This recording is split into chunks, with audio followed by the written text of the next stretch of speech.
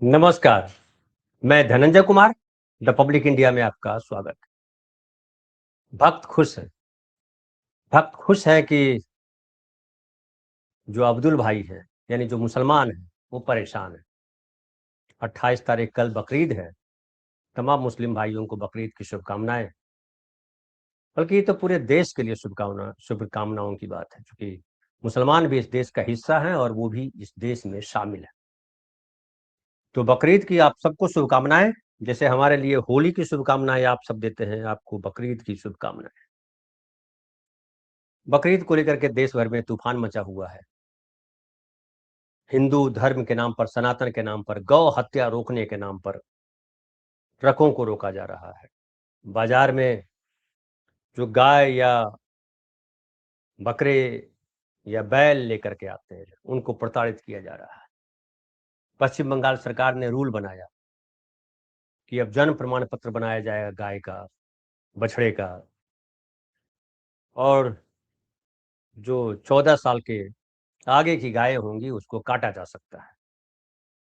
लेकिन slaughter house में गायें कैसे कटती हैं, कहाँ से आती हैं, क्या करती हैं, इस पे हिंदू धर्म के जो रक्षक हैं, गौ माता के जो रक्षक, उनके न दिमाग में बात शायद घुसती है, न कान में आवाज जाती है, न धर्म उनको ललकारता है, न गाय माता की पुकार उनको सुनाई पड़ती। हम बता चुके हैं आपको कि दुनिया का दूसरा सबसे बड़ा बीफ एक्सपोर्टर भारतवर्ष है। एक्सपोर्टर का मतलब होता है कि डॉलर वहां से आता है, बाहर से। और ये सप्लाई कहाँ करते हैं? मुस्लिम कंट्रीज में करते हैं। ऑस्ट्रेलिया और दूसरे जो देश हैं, क्रिश्चियन भी खाते हैं।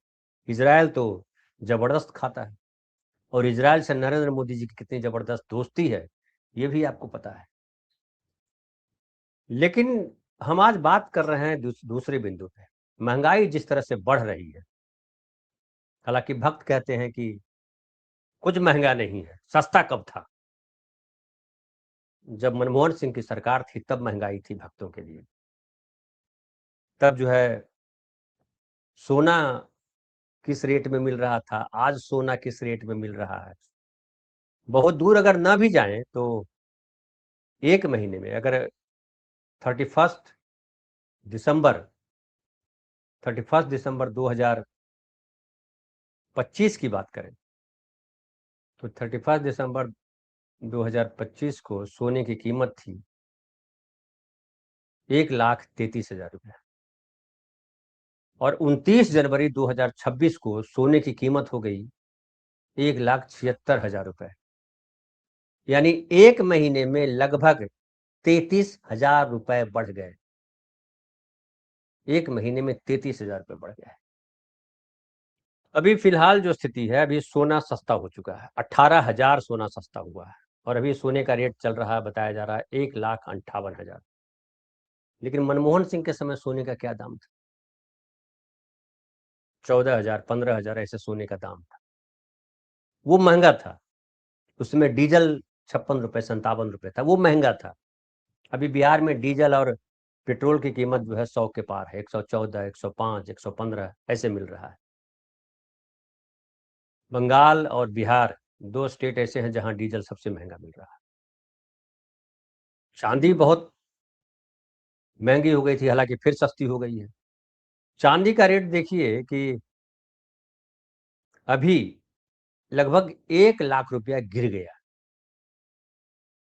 चांदी पहले जो है जिस भाव में मिल रहा था, आज जिस भाव में चांदी मिल रहा है उसमें 1 लाख रुपया का अंतर, 3.5 लाख रुपया प्रति किलो तक चला गया था। अब वो चांदी जो है वो 2.5 लाख रुपया प्रति किलो पर आ गया है। अब लोग ये भी समझ रहे हैं कि ये भाव क्यों गिर रहा है। इसमें बड़ी वजह बताई जाती है कि जिस तरीके से लगातार जो है क्राइसिस बढ़ता जा रहा, सॉल्व होता नजर नहीं आ रहा है, अंतर्राष्ट्रीय स्तर पर भी और राष्ट्रीय स्तर पर भी। जिस तरह से हॉर्मुज का मामला फंसा हुआ है, ईरान वॉर फंसा हुआ है, अमेरिका कब अटैक करेगा, कब क्या करेगा, कुछ पता नहीं चल रहा है। उससे तेल की कीमतें बढ़ रही हैं, और तेल की कीमतें बढ़ने से सबसे जो भारी नुकसान हो रहा है, भारतवर्ष का ही खाली अगर लें, हालांकि पूरी दुनिया में नुकसान है, कुछ देशों को छोड़ करके अमेरिका को नुकसान नहीं है, रूस को नुकसान नहीं है, लेकिन बाकी देशों का नुकसान, भारत का बड़ा नुकसान है। और भारत का नुकसान देखिए ये है कि डीजल की कीमत लगातार बढ़ रही है, गैस की कीमत लगातार बढ़ रही है। पिछले अगर कुछ दिनों की ही बात करें तो 11 दिनों में पेट्रोल और डीजल की कीमत 4 बार बढ़ाई गई और 8 रुपए तक पेट्रोल की कीमत बढ़ गई। हालांकि मैं देख रहा था एक गटर मीडिया का एक चैनल, उसमें एक महान एंकर बता रही थी कि 8 रुपया क्या है, अगर समझिए आप जो है 3,000 रुपये का आप हर महीने ले जाते हो तेल, तो उसमें से जोड़ दो तो 2-250 रुपया आता है। 2-250 रुपया बढ़ गया, कौन सी बड़ी बात।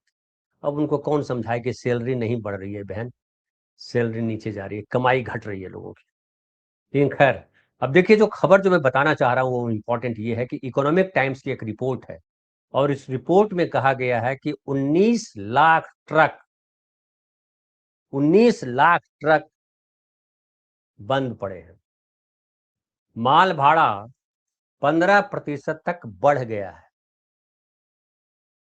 और देखिए रिपोर्ट में बताया गया है कि देश भर में 95 लाख ट्रक हैं और उनमें से 19 लाख ट्रक जो है, यानी लगभग 20% ट्रक सड़कों से किनारे हो गए हैं तेल की वजह से। और हवाई जहाज में भी कहा जा रहा है एयर इंडिया 800 फ्लाइट, 800 फेरा डोमेस्टिक का कम करने जा रहा है। उसी तरह से बाकी दूसरे जो है, इंडिगो भी कम करेगा, क्योंकि जो फ्लाइट का फ्यूल है बहुत महंगा हो गया है। तो जब कम कर दिया जाएगा तो जाहिर है फिर उसका रेट बढ़ेगा। तो अब देखिए इसमें बता रहा है, ट्रांसपोर्ट की ही बात करें, डीजल की कमी से और ऊंचे दामों की वजह से जो कंपनियों ने माल भाड़ा है बढ़ा दिया और पश्चिम से उत्तर भारत जैसे मुख्य रूट्स पर भाड़े में 10 से 15% की वृद्धि हुई है। और जाहिर है इसका सीधा असर जो है हमारे आपकी जेब पर पड़ेगा, चाहे फल हो या सब्जी हो या राशन के सामान हो या और दूसरी चीजें जो हम खरीदते हैं, सब पे रेट बढ़ जाएगी। और आप जानते हैं कि अगर 5 रुपया या 8 रुपया बढ़ रहा है तो वो बढ़ाने वाले जो है वो कम से कम 10%, 15%, 20% बढ़ा देंगे। दवाइयों के दाम देखिए किस रफ्तार से बढ़े हैं। अब उसके बाद देखिए कि जो ये भी कहा जा रहा है कि नेशनल हाईवे के जो पेट्रोल पंप है वहां ट्रकों की लंबी लाइनें देखी जा रही है। एक तो 20% ट्रक जो है रोड से बाहर हो गए, फिर ट्रकों की लंबी लाइनें लगी हुई। और उसकी वजह क्यों है, क्यों सरकार कह रही है कि डीजल कम नहीं है, हमारे पास 7 दिन का है, हम आ रहे मंगा रहे हैं। अब तो वेनेजुएला से तेल आ रहा है। अब वेनेजुएला से तेल देखिए, जो यहाँ से रूस से या ईरान से तेल आता था वो तुरंत पहुंच जाता था 2-3-4 दिनों में। अब वहां से 20-25-30 दिन में तेल पहुंचेगा, तो आने जाने का खर्च भी बढ़ेगा। लेकिन अमेरिका जो न कराए, अब हम बाकी किसी का नाम नहीं लेंगे, आप सब समझते हैं। तो यहाँ सरकार की जिससे गैस में कमर्शियल और डोमेस्टिक है, वैसे ही यहाँ डीजल में भी दो तरह की कीमतें होती हैं, एक बल्क जो थोक खरीदते हैं और एक रिटेल। तो जो थोक खरीदते हैं उनके उनकी कीमत जो है 40 से 42 रुपए प्रति लीटर महंगा हो गया है। नतीजा है कि थोक खरीदने वाले भी जो है, जो इंडस्ट्री जो चलाते हैं जहाँ डीजल लंबा खर्च होता है, अब वो भी उनको सब्सिडी उस तरह से नहीं है जिस तरह से इस डीजल में सब्सिडी है, पेट्रोल में सब्सिडी है। उनको उस रेट पे ही दिया जाता है, बड़ी बड़ी कंपनियों में और जगह जो इस्तेमाल होता है। अब ऐसे में जो बड़े बड़े संस्थान हैं जो पहले थोक में तेल खरीदते थे, वे अब आम जनता वाले पेट्रोल पंपों पर तेल खरीदने लगे। इस देश में ब्लैक मार्केटिंग, आपाधापी सब बड़ी आसान सी बात है। और नतीजा है कि आउटलेट्स पे सप्लाई कम पड़ रही है और ट्रकों को 6 से 8 घंटे तक इंतजार करना पड़ रहा है। ये इकोनॉमिक टाइम्स की रिपोर्ट के आधार पर मैं आपको बता रहा हूँ। और उसने जो बात की उसमें ये है कि जो खास के छोटे ऑपरेटर हैं उनकी मुसीबत बढ़ गई। और ये जान लीजिए कि भारत में जो ट्रांसपोर्ट सेक्टर है उसमें 70% से ज्यादा जो है ट्रक ऑपरेटर्स हैं वो छोटे हैं। जैसे किसानों की बात करते हैं तो 80% से ज्यादा किसान इस देश में जो है सीमांत किसान है, जिनके पास 4 बीघे से एक हेक्टेयर से कम जमीन है, ज्यादातर वो किसान है। अब इसमें यह है कि देखिए all India motor transport Congress के नेशनल प्रेसिडेंट है हरीश सभरवाल, उनके हवाले से रिपोर्ट लिखी है कि ट्रक चलाने के कुल खर्च में 40 से 45% हिस्सा अकेले डीजल का होता है। तो मतलब 40 से 45% खर्च जो है वो डीजल का है। अब उसका रेट बढ़ेगा तो कितना बढ़ जाएगा, वो एंकर जो है वो नहीं बता पाएंगे। तेल की कीमतों में किस्तों में हुई बढ़ोतरी का बोझ अब छोटे ऑपरेटर्स उठाने की स्थिति में नहीं है। कई पंपों ने उधार पर तेल देना बंद कर दिया है, जिससे वर्किंग कैपिटल का संकट बढ़ गया है। जो जो ट्रक ऑपरेटर या बस ऑपरेटर्स होते हैं, वो पेट्रोल पंप के साथ उनका रिलेशन हो जाता है और वो एक साथ सप्ताह में एक बार या महीने में एक बार पेमेंट करते हैं। अब उनको रोज करना, क्योंकि उनके पास तेल नहीं देंगे वो। और जबकि तेल कंपनी क्या कर रही है कि तेल की कोई दिक्कत नहीं, और कंपनी का कहना है कि पेट्रोल की बिक्री 14% और डीजल की 18% बढ़ गई है। बिक्री बढ़ गई है, क्यों बढ़ गई है? वहां से लेकर गया है कि थोक विक्रेता यहीं से खरीद रहे, और ये नहीं बता रहे ये लोग।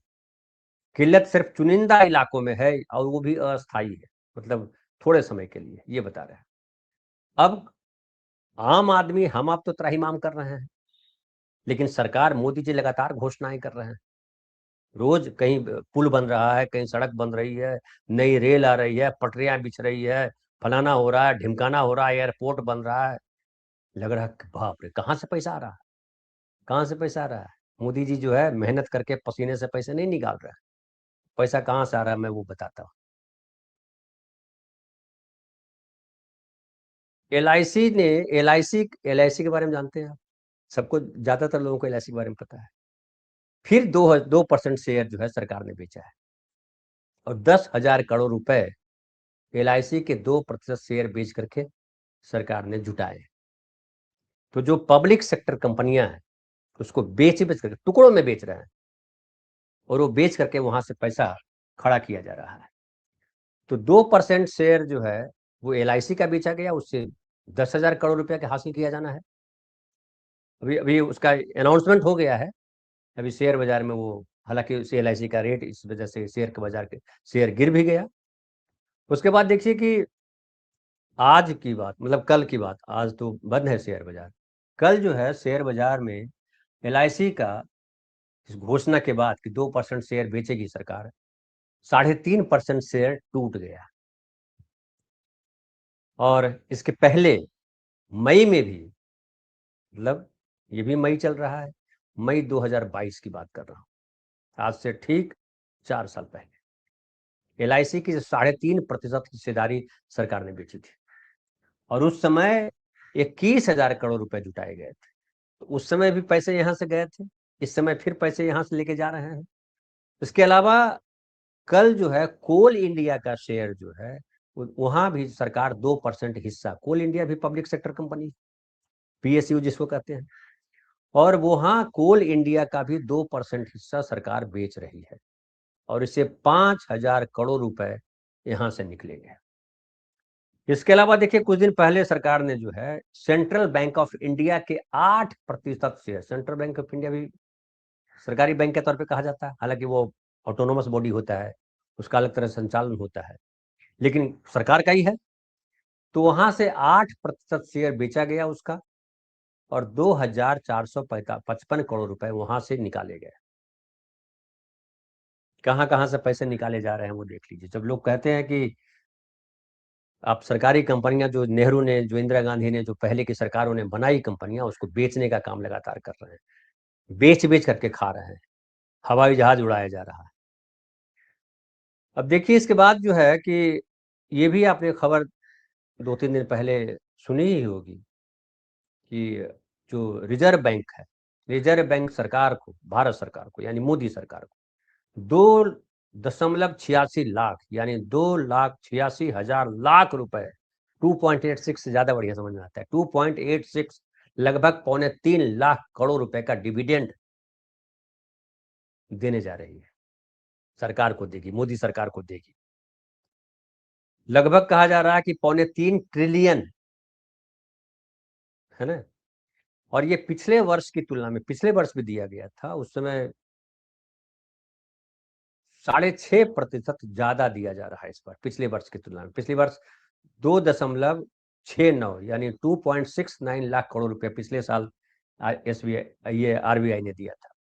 और ये जान लीजिए कि ये जो इतना जो बजट होता है वो कई स्टेट के बजट से ज्यादा होता है, यहाँ से पैसा मिल रहा है। और ये पैसा आप कहेंगे कि आरबीआई कहाँ से ला रही है पैसा। हालांकि जो आरबीआई के गवर्नर हैं, पूर्व गवर्नर शशिकांत दास, उन्होंने कहा कि आरबीआई को एक डॉक्टर की तरह काम करना होता है, जो जरूरत के हिसाब से दवाई दे, न कि एक ही दवा बेचता रहता है। वो डॉक्टर बन गए आरबीआई। डॉक्टर का मतलब होता है कि भारत की अर्थव्यवस्था, जब सरकार की अर्थव्यवस्था गड़बड़ाने लगे तो हम हेल्प करेंगे। और ये जो अभी इस साल जो डिविडेंड मिलने जा रहा है, जो ऐलान किया गया मिलेगा, 90 साल के इतिहास में, जब से आरबीआई बना है 1935 में आरबीआई का गठन हुआ था, reserve bank of India, imperial bank कहलाता था उसके पहले। 90 साल के इतिहास में सबसे बड़ा डिविडेंड इस साल मिल रहा है। भक्त कह रहे होंगे कमाई है तो डिविडेंड आया, लाभांश। अब कमाई कैसे हुई वो भी जान लीजिए, थोड़ा सा इसको समझना जरूरी है। एक तो हुआ ये है कि जो रुपये की कीमत है वो बुरी तरह गिरी है। समझिए, $200 जो है अमेरिका से, यूट्यूब से हमें आता है, मान लिया कि तो $200 आता है, तो पहले जो है जब मनमोहन सिंह की सरकार थी तो 56 रुपये या 60 रुपये कीमत थी, तो वो 12,000 रुपये होते थे। आज वही, चूंकि 96-97 हजार रुपया हो गया है, 96-97 रुपया हो गया है, तो $200 का जो है 18-19 हजार हो जाएगा। वैसे ही ये डिविडेंड बढ़ा है। और 25-26 के दौरान डॉलर के मुकाबले रुपया लगभग 9.88% नीचे गिर गया। जब रुपया कमजोर होता है तो आरबीआई के पास जो विदेशी मुद्रा भंडार है, जो कि लगभग 600 अरब डॉलर का बताया जाता है, उसमें रुपए की कीमत अपने आप बढ़ जाती है। आपके पास जो मैंने बताया कि $100 अब कितना है, $100 पहले जो है अगर 6,000 रुपए थे, तो $100 अब जो है 9700 रुपया हो गया, तो बढ़ गया, 3,700 रुपया का इजाफा हो गया। तो ये बढ़ करके मिला है। और इसको इनकी भाषा में कहते हैं अकाउंटिंग गेन है, जो सीधे आरबीआई के मुनाफे में जुड़ जाता है। और इस बम्पर पे आउट में सबसे बड़ा योगदान रुपए के लगभग 10% डिप्रिसिएशन का रहा, जिसने विदेशी मुद्रा एसेट्स पर इवेल्युएशन प्रॉफिट को बढ़ाया। तो इस तरह से ये दिया गया। अब देखिए एक और क्या है कि जो सब ये पैसे सरकार कहाँ खर्च करती है। सरकार पैसे खर्च करती है, वो सब्सिडी देगी, घर बनाएगी, कुछ और करेगी, गाड़ी खरीदी जाएगी, कहीं और लगाया जाएगा। इसके अलावा जो वर्ल्ड बैंक से, एशियन डेवलपमेंट बैंक से लोन लेती है सरकार। कई बार आपने सुना होगा कि जो 50-60 लाख करोड़ रुपया लोन था मनमोहन सिंह के समय, आज वो बढ़ करके 225 लाख करोड़ रुपया हो गया। तो ये जो दिवाली मनाई जा रही है देश के भीतर मोदी सरकार द्वारा, और गटर मीडिया कह रहा है कितनी तरक्की कर गए हम, वो तरक्की जो है यही है कि आप लोन ले रहे हो वर्ल्ड बैंक से, आप लोन ले रहे हो एशिया डेवलपमेंट बैंक से, और कंपनियों को बेच करके पैसे जमा कर रहे हो, घर बेच करके खा रहे हो। हमारे गांव में कहते हैं कि घर बेच करके फुटानी करता है। तो घर बेच करके खा रहे हैं, लेकिन आम आदमी को लग रहा है कितना कमाल हो रहा है। भक्त यही प्रचारित कर रहे हैं, गटर मीडिया यही कह रहा है। और देखिए, जो खास करके अर्थशास्त्री है वो कह रहे हैं कि जिस तरीके से ये डिविडेंड दिया जा रहा है वो बड़ा नुकसानदेह है देश की अर्थव्यवस्था के लिए। जो डिविडेंड सरकार को देकर के खर्च कर रहे हैं, उसकी जगह जो है आप मजबूत कर सकते थे कि आपका जो रिजर्व था डॉलर का, उसको और मजबूत किया जा सकता था, बढ़ाया जा सकता था, ताकि भविष्य में अगर कोई बड़ा आर्थिक संकट आ जाए तो उससे आरबीआई निपटे। क्योंकि देश में जब अर्थव्यवस्था गड़बड़ाती है तो आरबीआई उसको ठीक करने का उसका जिम्मा है। अभी दुनिया में जिस तरह के हालात हैं, अमेरिका क्या करेगा, चीन क्या करेगा, कुछ पता नहीं। और ऐसे में हम यहाँ ढोल भले बजा रहे हैं कि हिंदुस्तान जो है डंका बज रहा है, नरेंद्र मोदी के बिना जो है कोई फैसला नहीं ले पा रहा है अमेरिका। लेकिन हकीकत क्या है? हकीकत ये है कि आप न 3 में है, न 13 में है, आप पिछ लग्गू हैं, हाथ ऐसे बांध के खड़े हैं। ये है भारत की स्थिति मौजूदा समय में। और ऐसा क्यों ना हो, चूंकि आपके पास पैसे नहीं। ये हॉर्मुज बंद होने से ये पूरी जो अर्थव्यवस्था जो दुनिया भर की अर्थव्यवस्था तेल संकट की वजह से, जब तेल का दाम बढ़ेगा तो हर चीज बढ़ जाएगी। तो जो चरमराया है, क्योंकि हमारा आयात निर्यात गड़बड़ा गया है, उससे हमारी आमदनी घट गई, ढेर सारे लोग बेरोजगार हुए, बेरोजगारी बढ़ी है। लेकिन ये सरकार बेरोजगारी पे बात नहीं करती है। अब बकरे पे बात कीजिए, गाय पे बात कीजिए, मुसलमान पे बात कीजिए, बाकी सब पेपर लीक हो रहा है, बेरोजगारी बढ़ रही है, लोगों के घर तोड़े जा रहे हैं। अभी घर तोड़ना जरूरी था?